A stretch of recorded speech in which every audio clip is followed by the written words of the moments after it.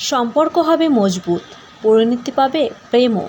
শুনলে গৌরগোপাল দাসের কথা। গৌরগোপাল দাস অতীতে ইঞ্জিনিয়ার ছিলেন। এখন তিনি একজন আধ্যাত্মিক গুরু এবং মোটিভেশনাল স্পিকার হিসেবে বিখ্যাত। তিনি তরুণদের দীর্ঘ এবং দৃঢ় সম্পর্ক নিয়ে টিপস দিয়েছেন। গৌরগোপাল দাসের এই কথাগুলো মেনে চললে আপনার ভালোবাসা টিকে থাকবে বছরের পর বছর। গৌরগোপাল দাস বলেন, যাদের সঙ্গে আমরা দীর্ঘদিন ধরে বসবাস করছি, ধীরে ধীরে তাদের ত্রুটিগুলি দৃশ্যমান হয়। আপনি আপনার সঙ্গীর এই ত্রুটিগুলির প্রতি যত বেশি মনোযোগ দেবেন, ততই সেই ব্যক্তি আপনাকে অপছন্দ করতে শুরু করবে। তাই সর্বোত্তম উপায় হলো কিছু ত্রুটি উপেক্ষা করে দেওয়া।